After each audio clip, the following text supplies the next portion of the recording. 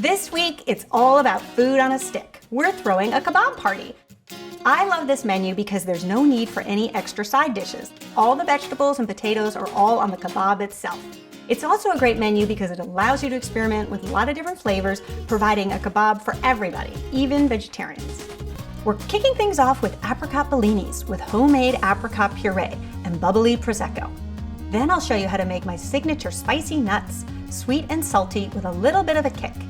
For the main course, it's 3 types of kebabs. On the lighter side, I'll show you how to make my curried grilled shrimp kebabs with pineapple and red bell pepper. For something heartier, it's Rosemary Lamb Kebabs with garlicky potatoes. And for our vegetarian friends, grilled veggie kebabs with 5 types of vegetables. And for dessert, it's bananas on a stick, served with rum raisin ice cream and homemade caramel sauce.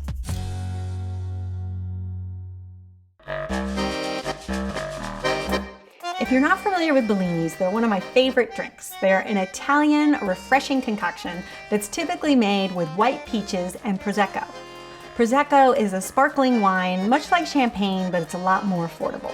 So I thought it would be fun to kind of switch things up a bit and use apricots. What you're gonna do is you're gonna slice about 6 apricots,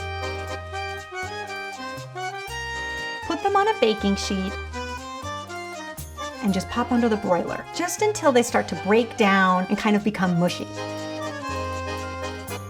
Once the apricots have completely cooled, pop them in the food processor. Now at this point you may want to taste it. If you had really ripe, sweet apricots, you may not need to add any sugar. But if it feels a little too tart for your taste, then go ahead and add about a teaspoon of sugar. Puree that up, and then once it's done, you should be able to sort of pick it up with a spoon and let it drip off. If it's not doing that, just add a little bit of water. Really, it just depends on how ripe your apricots were when you started the process.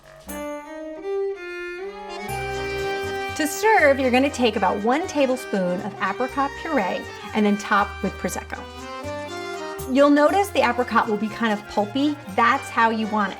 A lot of times you'll get Bellinis that will use either peach nectar or even apricot nectar. I don't think that's as good as using the fresh fruit, because getting that pulp at the same time that you have the kind of bubbly Prosecco just makes it so delicious and so summery.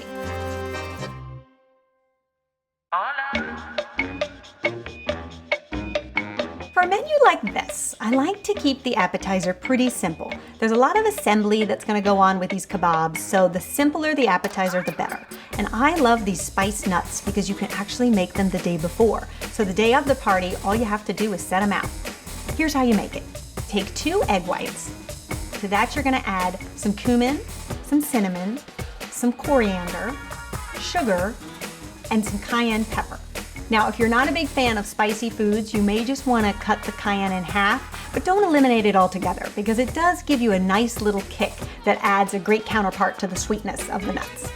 Then you also want to give it a good heaping of salt, about a teaspoon. To that, you're going to combine some nuts.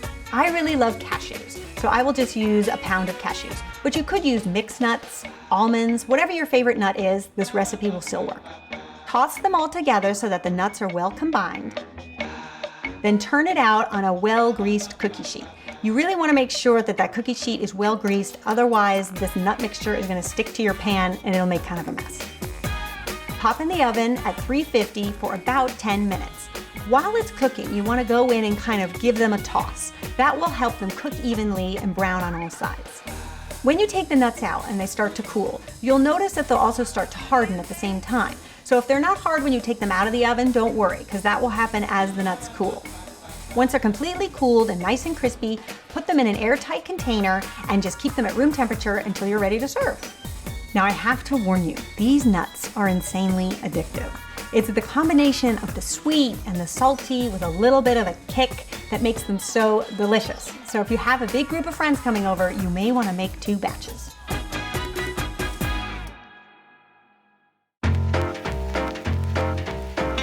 This is a great kebab for anybody who might be watching their weight or might be concerned about their diet, because all of the flavor is brought with the curry powder, which is a collection of really wonderful, delicious spices. So there isn't a lot of fat in it as well. So in a small bowl, you're going to combine some curry powder, some garlic, salt and pepper, and lime zest.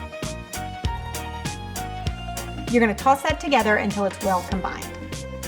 Then you're gonna take your shrimp and make sure that your shrimp has been cleaned and deveined, but still has the tails on it. You don't wanna cut the tails off because that's what will allow your shrimp to retain its moisture and not dry out. Make sure your shrimp is also really dry, so pat it dry with some paper towel or a kitchen towel. That way your rub is really gonna adhere to it. If the shrimp are still wet, then what's gonna happen when you put that rub on it, it's gonna get kind of all watered down and diluted, and you don't want that. Toss the shrimp in with the rub and toss it around until it's well coated, and set it aside. Then you're gonna cut your pineapple. Now, if you've never cut a pineapple before, I know they can be intimidated, but it's a lot more cost effective to buy pineapples whole, and I find they're fresher that way too. Sometimes when you buy the pineapple and it's already been cut and it's sitting in that neat little plastic, it looks tempting because it's all done for you, but sometimes when you get it home, it can be kind of slimy and you just get the feeling it's not that fresh. So always try to cut your pineapple yourself. And here's how you do it. Lift up one of the leaves to make sure that it's ripe. If it is ripe, those leaves will come up very easily.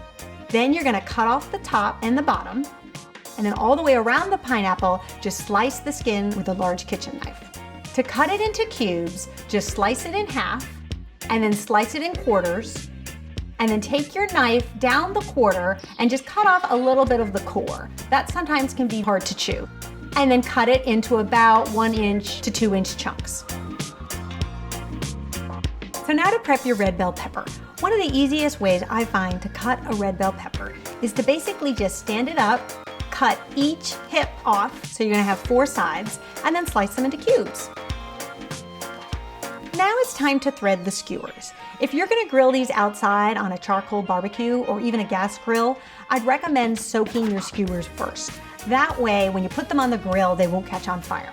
Now, if you're using a grill pan, you actually don't need to do that because there's no flame that's gonna actually catch on to that wood. You wanna make sure that you thread it loosely.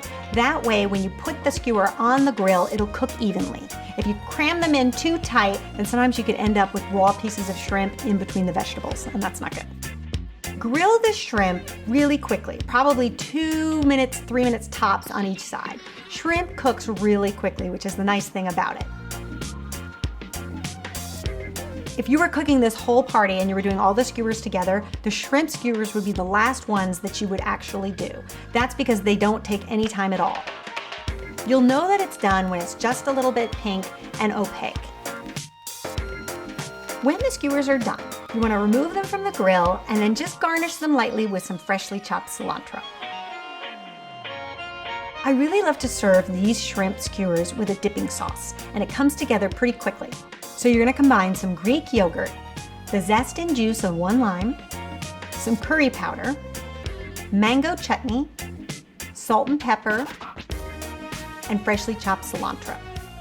Stir that all up until well combined, and it makes a wonderfully sweet, tangy dipping sauce to go with the curried shrimp.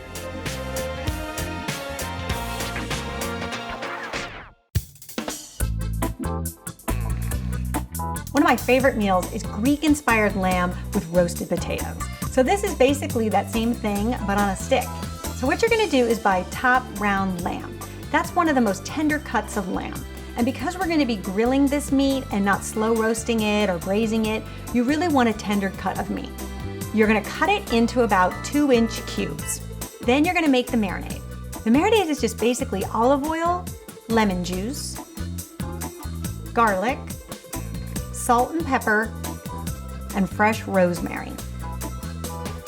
You're gonna add the lamb to that and toss well to combine. I like to then throw it in a Ziploc bag and marinate it overnight. That way the lamb will get even more tender and infused with all of these wonderful flavors. Then you're gonna prep your potatoes. I really like to par cook the potatoes by throwing them in the microwave, just for about 2 to 3 minutes. Just make sure you poke them all with a fork to release the steam. That way, when you cook them on the grill, they'll have a little bit of a head start. Once the potatoes have been microwaved and are cool to touch, toss them together with some olive oil, melted butter, garlic, salt and pepper, and the zest of 1 lemon. Then it's time to assemble your skewers. You're gonna take about 2 to 3 pieces of lamb and alternate it with 1 potato, just until you get enough on a skewer so you have at least 2 potatoes. You're gonna grill those skewers about 5 to 6 minutes each side. That will give you really beautiful medium rare lamb. If you like your lamb more well done, just let it go for another minute or two. When the skewers are done, you're gonna take them off the grill and just garnish with some fresh rosemary.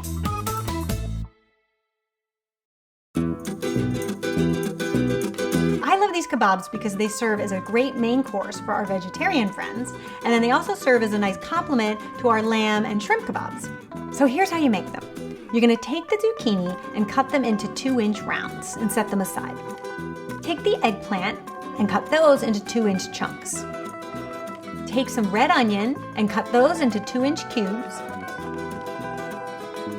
Keep the mushrooms whole. You just kind of want to slice off the bottom of the mushroom, just so you get a clean cut. Then you're going to mix together your seasoned oil. You're going to take some olive oil, salt and pepper,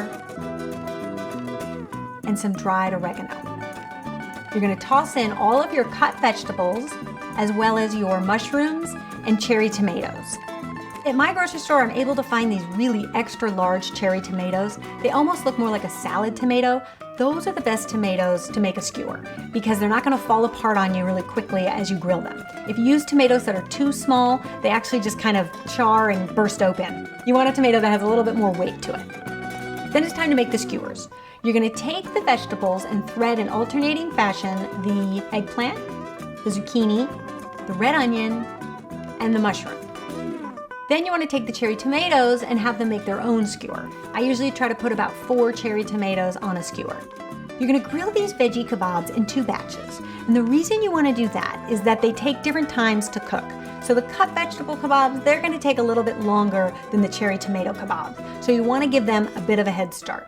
So set them on the grill and have them grill for about 3 to 5 minutes. Once you flip them, then it's time to grill the cherry tomatoes.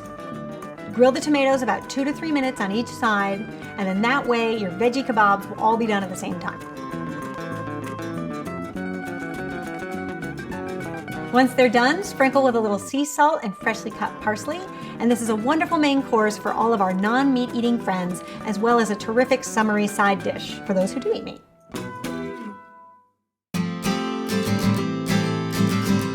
I love this dessert because we continue the kebab theme even to the last course, bananas on a stick. What you're gonna do is first make your caramel sauce. If you're pressed for time and you wanna go buy some store-bought caramel sauce, that will totally work and I won't hold it against you. But if you wanna make your own caramel sauce, it's definitely worth doing and I'm gonna show you how to do it. Take sugar, water, and lemon juice and place that in a medium-sized pot. Cook it on a medium flame just until the sugar dissolves. What will begin to happen is that mixture will start to turn amber in color. You don't actually want to take a spoon and stir it. You want to just kind of move it around the pot, just side to side, until that amber develops into a deep caramel color.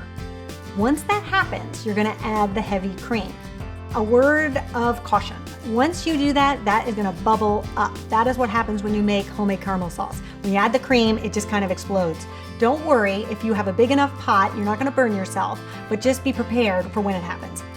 Once the cream starts to heat up, then the bubbling will subside and you'll be left with a really velvety mixture. Cook that just until slightly thickened, and then you're going to add some butter and vanilla. And that's it. The caramel sauce is done. Now it's time to prep the bananas. So you want to start with bananas that are not too ripe. So make sure they're still kind of green. You're going to cut them in half and then cut them again lengthwise. Then you're going to mix some cinnamon with some sugar. You're going to take that mixture and sprinkle the bananas. Thread them through a skewer. You can probably get 2 bananas per skewer, and then set on a well-oiled grill. You're going to grill them for probably 2 to 3 minutes on the cut side first. Then flip them and another 2 to 3 minutes. You'll notice the banana will start to loosen in its skin. That's when you know it's ready. Take them off the grill and then serve with some rum raisin ice cream, your homemade caramel sauce, and topped with chopped walnuts. And I promise you will have an extremely impressive dessert that your friends are going to love.